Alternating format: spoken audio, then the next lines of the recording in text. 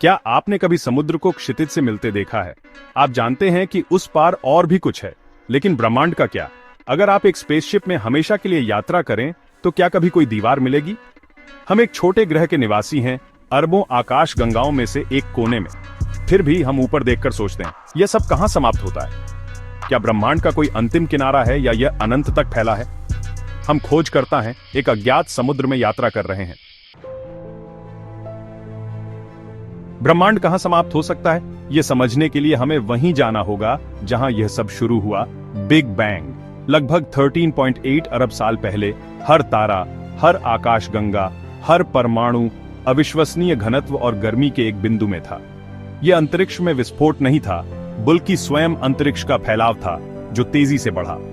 जैसे जैसे ब्रह्मांड फैला और ठंडा हुआ, पहले परमाणु बने और प्रकाश स्वतंत्र रूप से यात्रा कर सका। वह पहला प्रकाश आज भी यात्रा कर रहा है, cosmic microwave background. Big bang से ब्रह्मांड फैल रहा है, हर आकाशगंगा दूसरी से दूर जा रही है। कोई केंद्र नहीं है, बिग बैंग हर जगह एक साथ हुआ।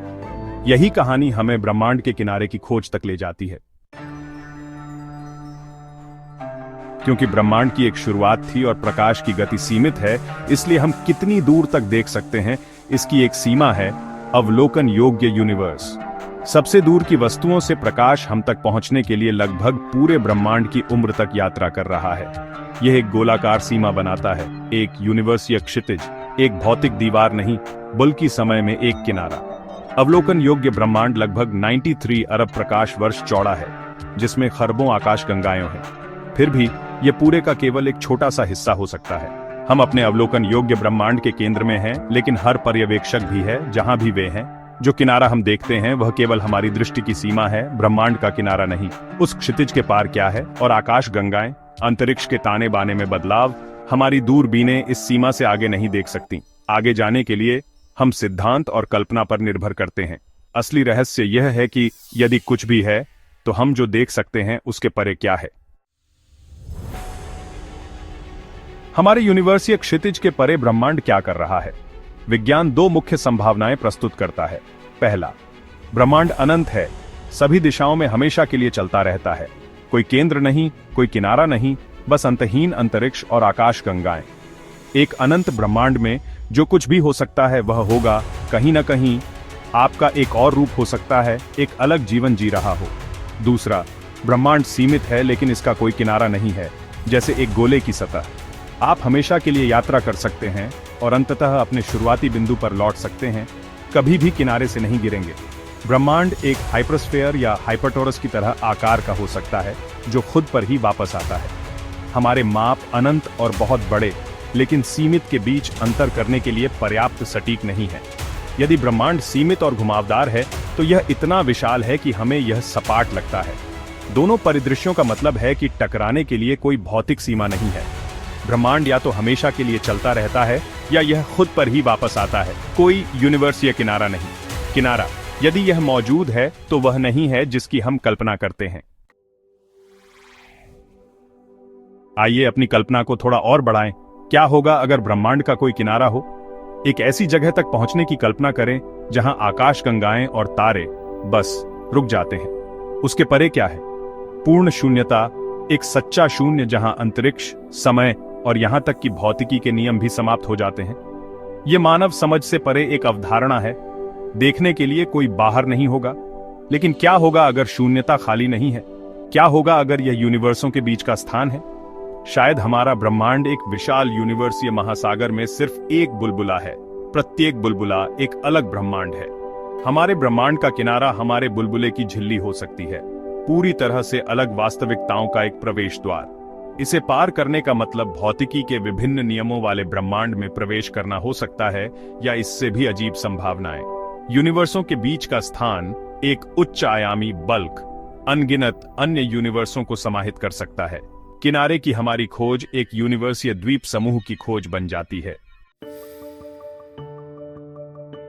यह विचार कि हमारा ब्रह्मांड कई में से एक है, मल्टीवर्स परिकल्पना कहलाता है। यह शाश्वत मुद्रास्फीति जैसे थ्योरियों से उत्पन्न होता है, जहां नए बुलबुले ब्रह्मांड लगातार बन रहे हैं, प्रत्येक के अपने भौतिकी के नियम हैं।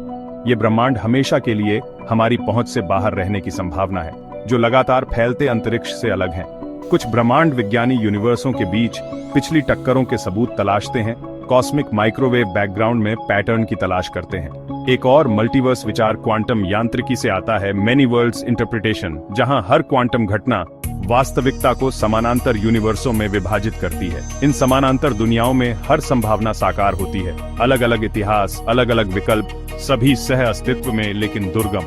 हालांकि यह काल्पनिक है, ये विचार बताते हैं कि हमारी वास्तविकता एक अनंत यूनिवर्सीय पुस्तकालय में सिर्फ एक पृष्ठ हो सकती है। हमारे ब्रह्मांड का किनारा बस हमारी विशेष पुस्तक का आवरण हो सकता है। क्या होगा अगर ब्रह्मांड और उसका किनारा भ्रम है? सिमुलेशन परिकल्पना बताती है कि हमारा ब्रह्मांड एक कंप्यूटर सिमुलेशन है जिसमें भौतिकी के नियम उसके कोड हैं। किनारा एक कंप्यूटेशनल सीमा हो सकती है, सिमुलेशन की प्रसंस्करण शक्ति की एक सीमा। कुछ भौतिक विज्ञानी तो वास्तविकता के ताने बाने में एक डिजिटल ग्रिड के सबूत भी तलाशते हैं। होलोग्राफिक सिद्धांत बताता है कि हमारा त्रिआयामी ब्रह्मांड एक दूर की द्विआयामी सतह पर संग्रहित जानकारी का एक प्रक्षेपण है। किनारा इस होलोग्राफिक प्लेट का स्थान होगा, हमारी वास्तविकता का सच्चा स्रोत। हमारे अनुभव हमारे लिए वास्तविक हैं, लेकिन वास्तविकता की मौलिक प्रकृति जितनी दिखती है उससे कहीं ज्यादा अजीब हो सकती है। इस दृष्टिकोण में किनारा अंतरिक्ष की नहीं, बुल की जानकारी की एक सीमा है।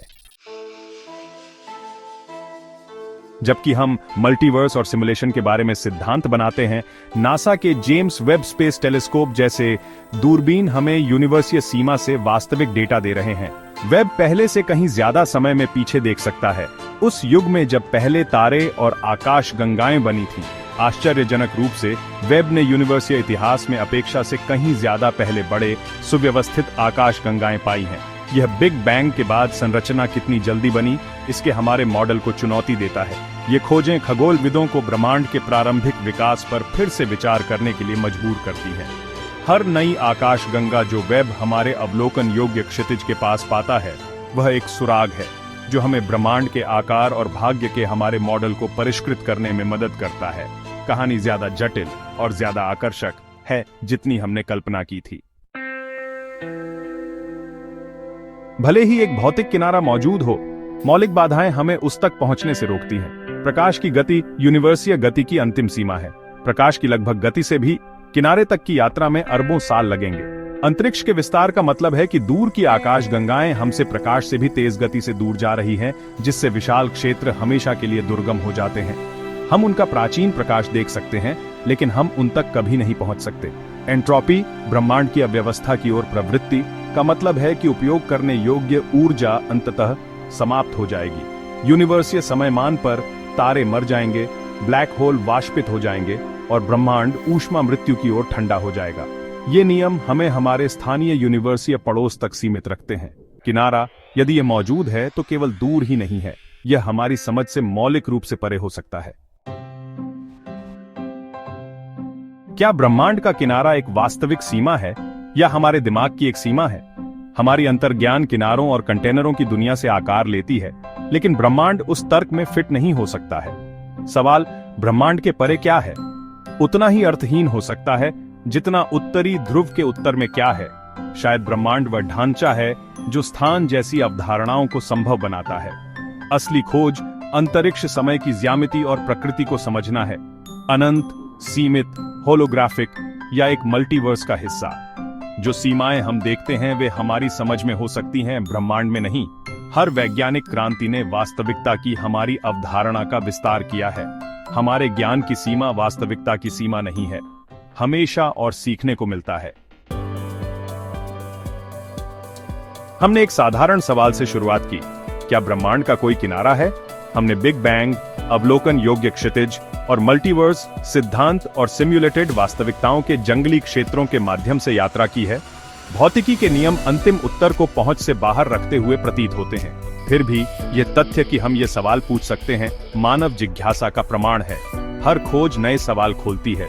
ब्रह्मांड एक गतिशील, अनफोल्डिंग कहानी है। अंतिम किनारे तक पहुंचने में हमारी असमर्थता यात्रा को व्यर्थ नहीं बनाती है। आश्चर्य करने का कार्य हमारे अस्तित्व को अर्थ देता है। हम ब्रह्मांड के खुद को जानने का तरीका है।